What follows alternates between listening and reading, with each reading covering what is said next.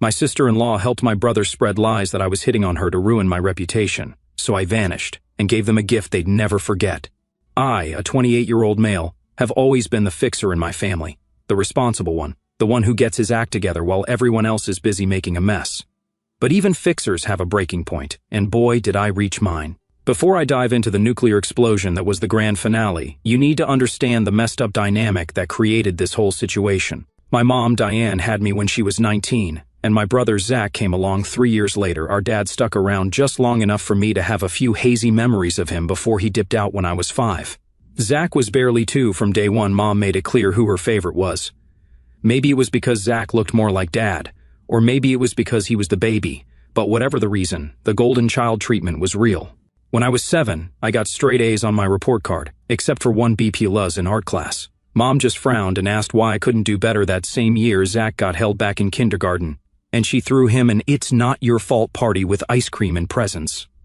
No joke. Mom worked 2 jobs to keep us afloat, but still managed to make it to all of Zach's Little League games. My chess tournament finals? Sorry, honey, I have to work. This happened so often that I stopped telling her about my activities altogether. By the time I hit high school, I was basically raising myself. I got a job at 15, working at a local computer repair shop, saved every penny, and mapped out my escape plan. Meanwhile, Zach was failing most of his classes but was the star of the football team, so nobody cared. Mom was on her 3rd husband by then, some dude named Keith, who was cool enough but mostly just stayed out of our way. I moved out at 18, put myself through community college while working full-time, then transferred to state for my degree in computer engineering. 4 years of busting my butt, living off ramen and working night shifts, but I did it. No help from mom, no family loans, just pure grit. Zach? He got a football scholarship to some no-name college, partied his way through 1 semester, lost the scholarship, and moved back home. By the time I was 24, with a solid career as a network engineer, he was 21 and had cycled through 3 different minimum wage jobs, never lasting more than a few months at each. Mom divorced Keith when I was 22 and married a new guy about a year later. I'll call him Frank. Frank's actually a decent guy. He runs his own construction business, keeps to himself, and tries to keep things peaceful. But when it comes to Mom, let's just say he doesn't exactly call the shots. She runs the show, always has. Frank might grumble here and there, but at the end of the day, he folds. 2 years ago, Zach met Amber at some dive bar. She was bartending, he was drinking away his last paycheck. According to the story he tells, it was love at first sight. According to the reality I observed, it was 2 directionless people clinging to each other because nobody else would have them.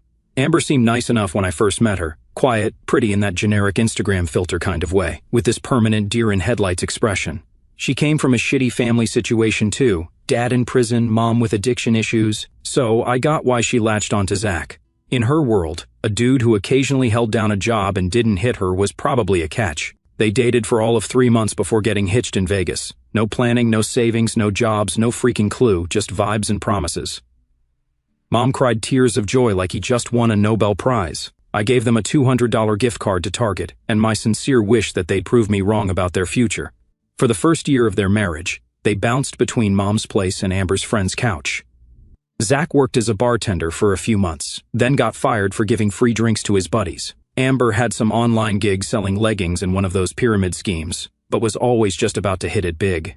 Despite being in the red every month, I kept my distance during this time. I had my own life, good job, decent apartment, actual adult responsibilities.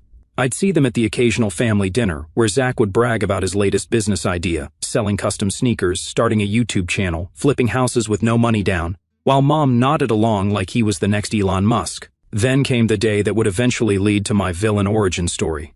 It was a Tuesday evening in November. I had just gotten home from a 10-hour workday, kicked off my shoes, and was about to order some Thai food when the doorbell rang. I wasn't expecting anyone, so I checked the peephole. There stood Zach and Amber, looking like they'd just been caught in the rain despite it being a clear night. Zach had this forced grin that I knew all too well.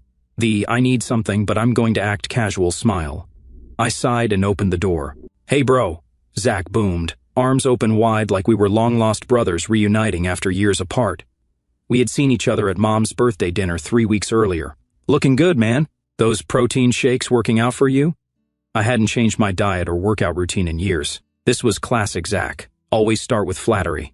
"What's up, Zach?" I asked, not inviting them in yet. "Everything okay?" Amber stood slightly behind him, clutching her purse with white knuckles. She offered a weak smile but said nothing.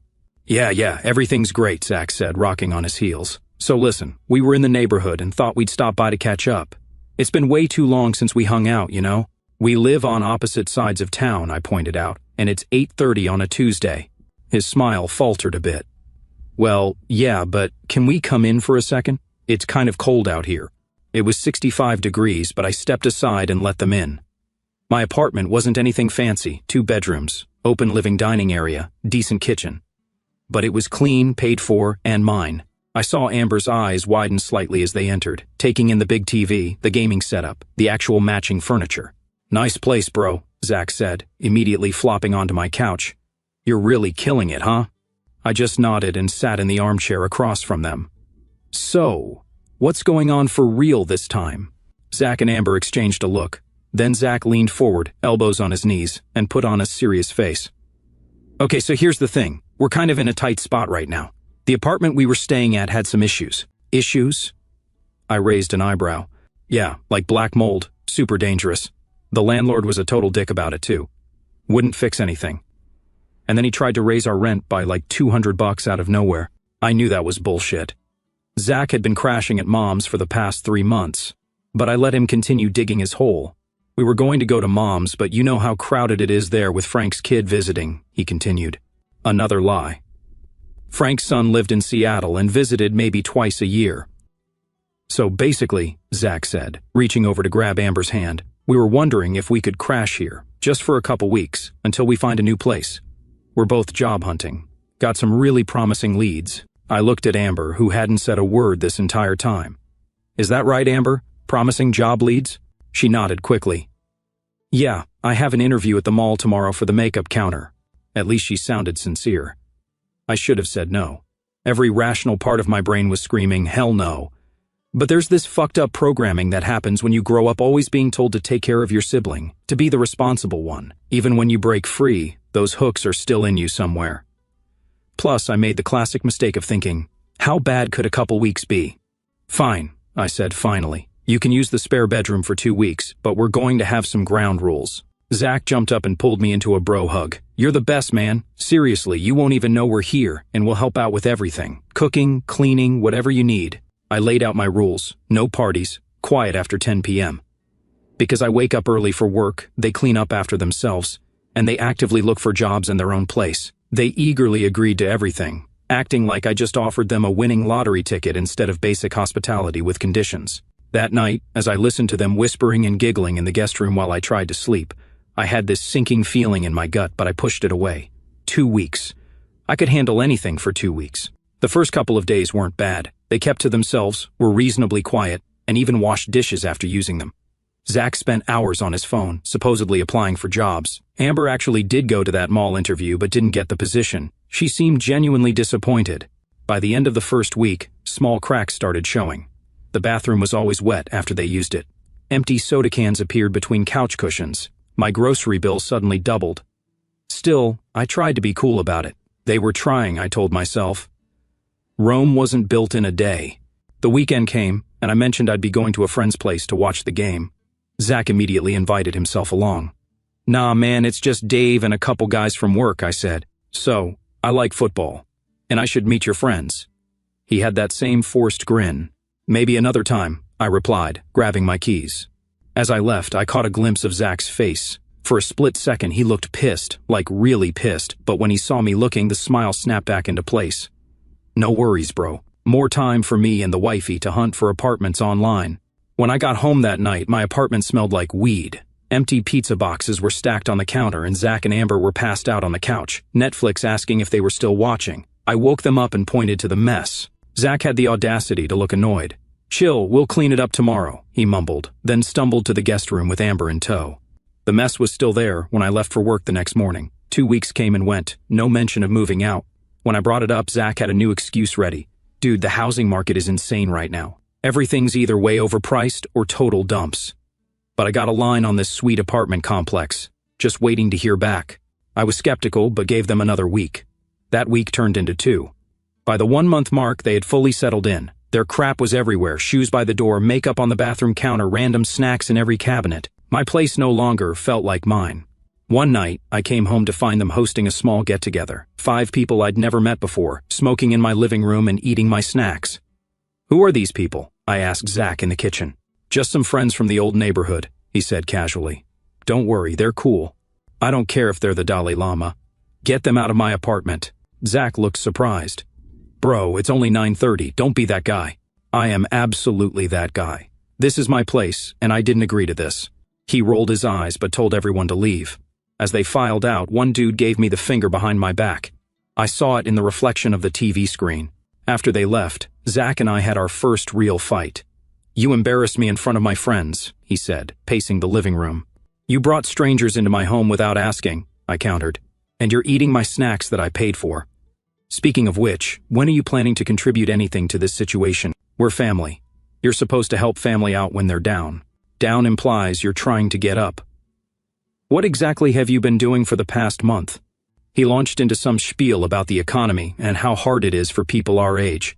I cut him off. "Tomorrow you're both applying for jobs. Any jobs. McDonald's, Walmart, whatever. I don't care. And you're paying me $400 for rent starting next week." "400? He sputtered. "That's robbery. My rent is $1,400, plus utilities. You're getting a steal." He stormed off to the guest room, slamming the door like a teenager. I could hear him ranting to Amber about how selfish I was. The next morning, I found a folded $20 bill on the counter with a note, "For the snacks. Sorry about last night." He was trying to buy his way back into my good graces with my own money. Classic Zach move. By week 5, I was starting to lose my mind. They still hadn't found jobs, though Amber had at least applied to a few places. Zach always had an excuse. The online application was glitching. The manager wasn't there when he stopped by. He was waiting for a callback from some connection. Then, one day, while I was in the kitchen making coffee, Zach approached, looking sheepish. "Hey man, can I borrow your car today? Got an interview across town?"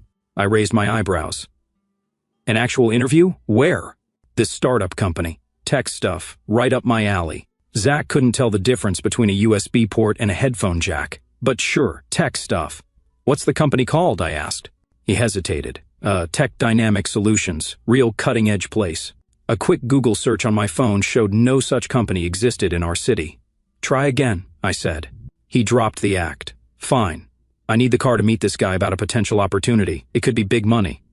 "What kind of opportunity?" I asked. "Just business stuff, you wouldn't get it."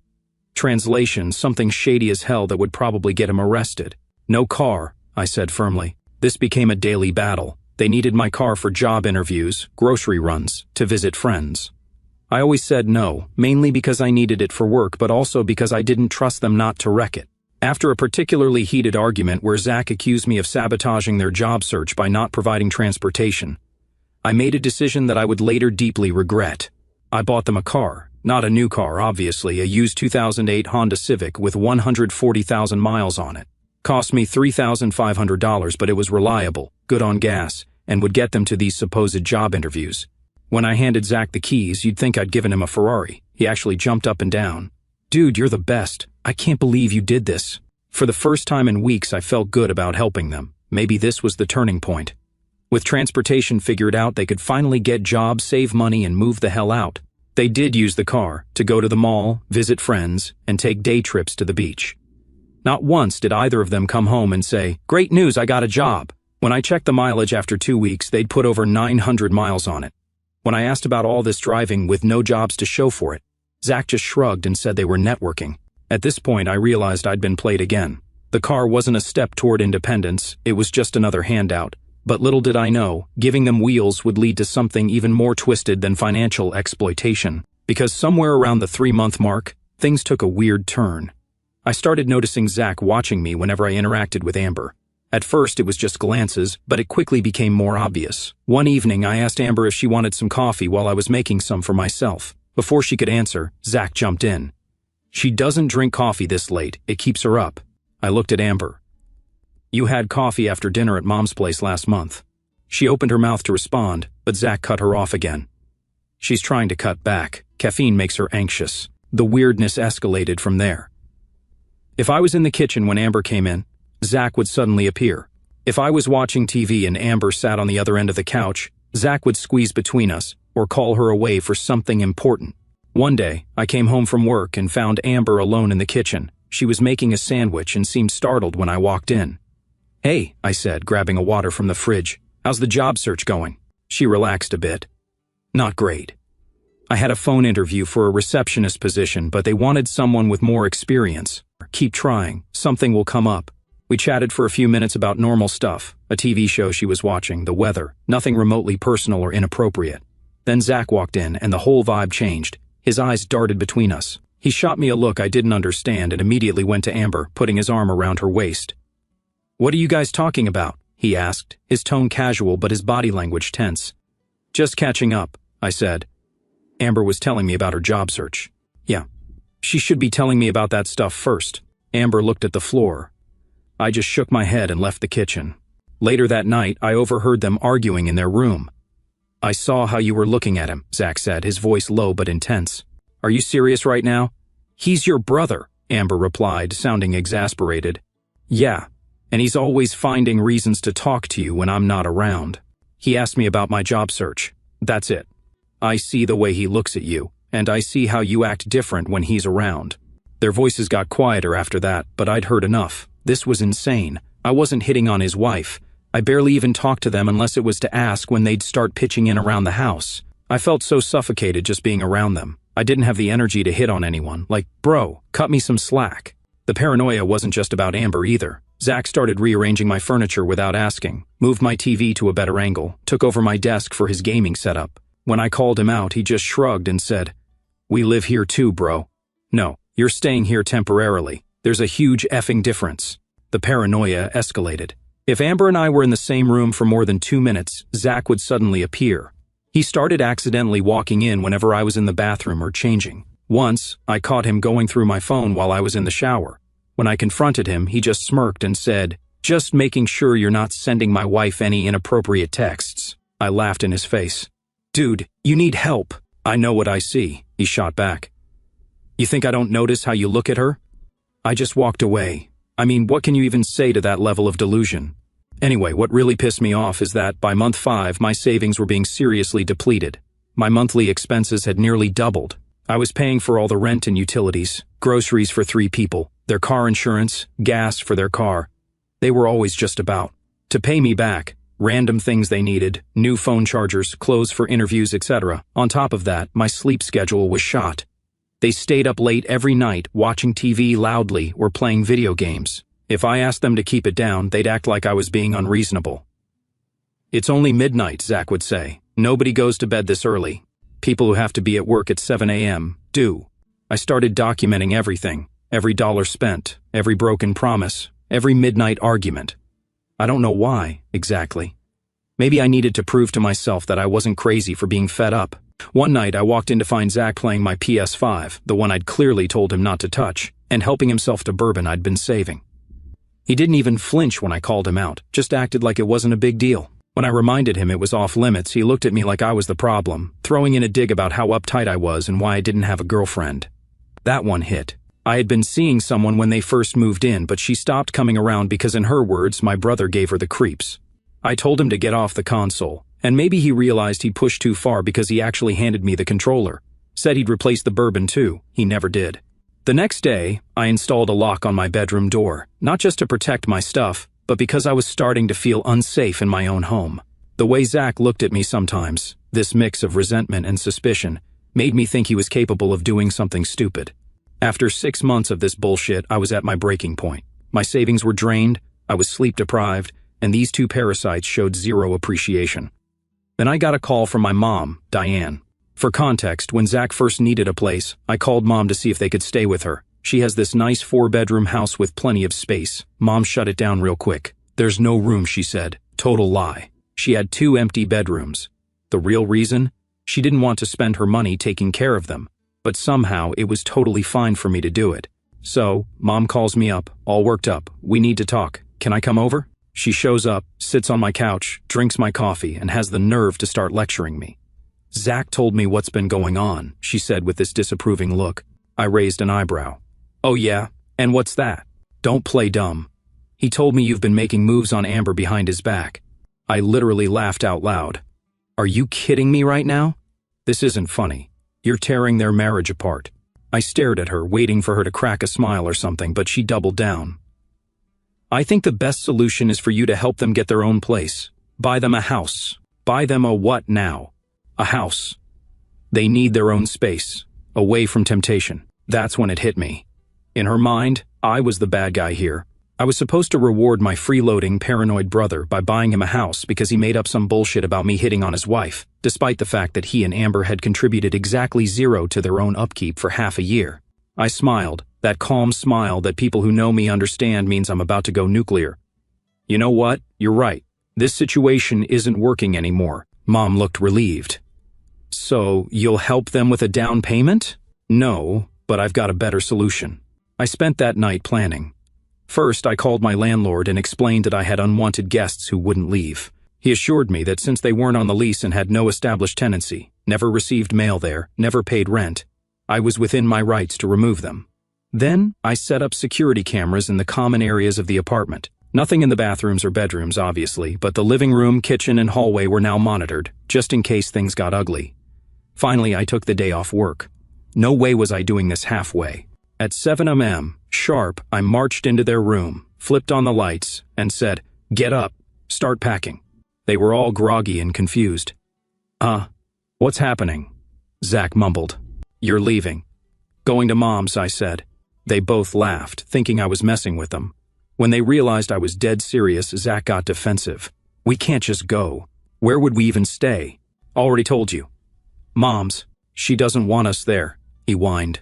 "Not my problem," I replied. "Maybe ask her to buy you a house." I smiled sweetly. Zach's face dropped. "What? Oh, she didn't tell you about our chat?" "Interesting." Amber looked confused. "What's he talking about, Zach?" "Nothing," he snapped.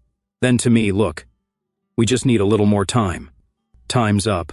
Oh, and by the way, I know about the little story you've been spreading.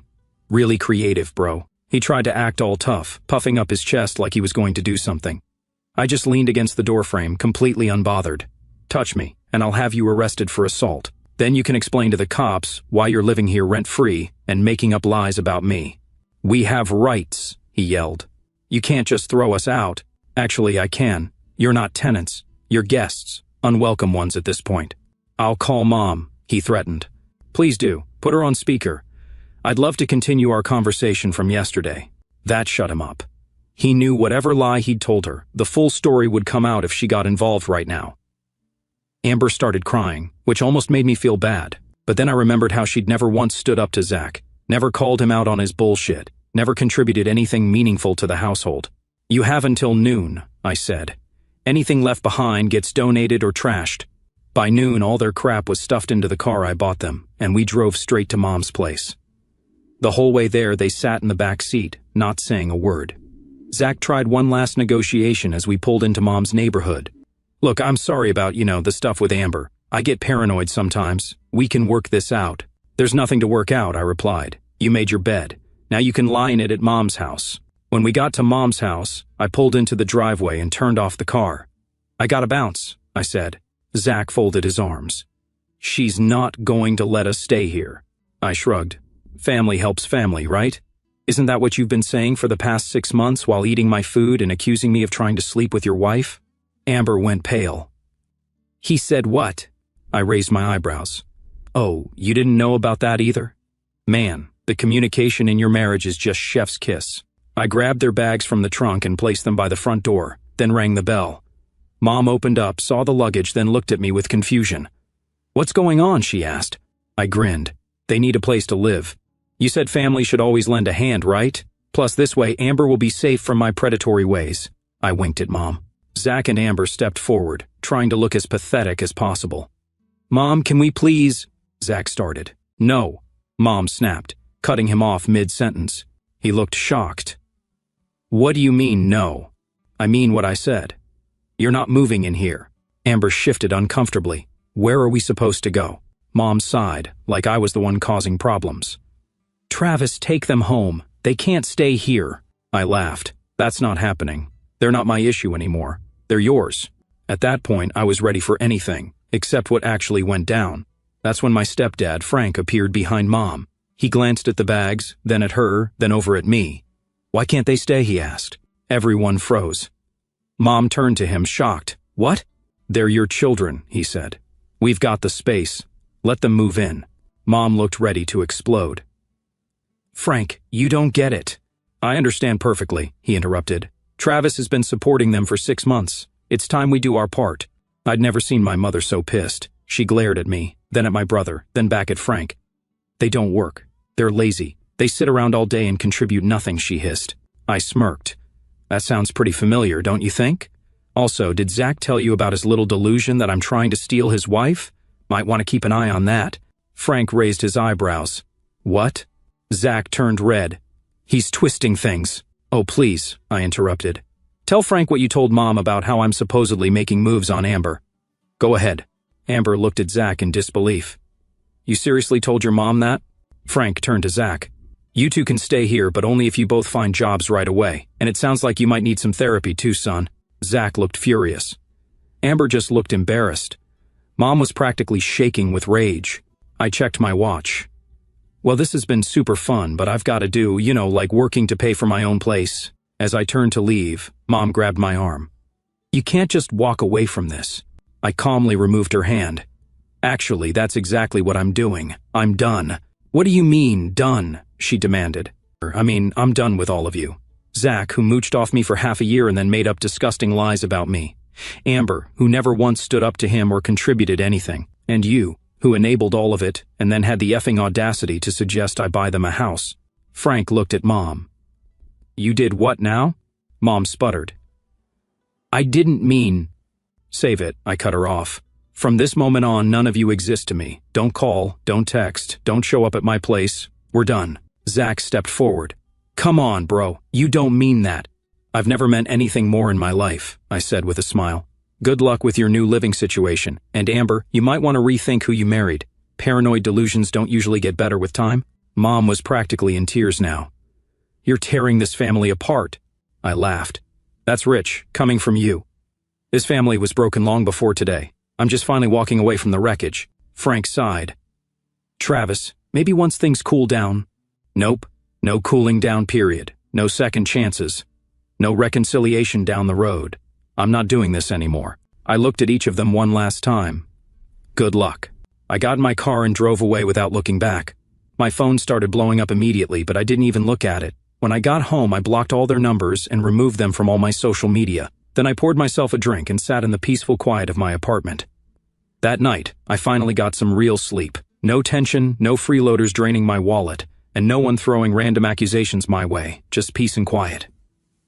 Finally, I spent the next day deep cleaning my apartment. It was almost therapeutic, washing away every trace of them from my space. I changed the locks with my landlord's permission, rearranged the furniture back to how I liked it, and ordered myself a fancy dinner to celebrate my newfound freedom. The guest room, now actually a guest room again, got completely overhauled.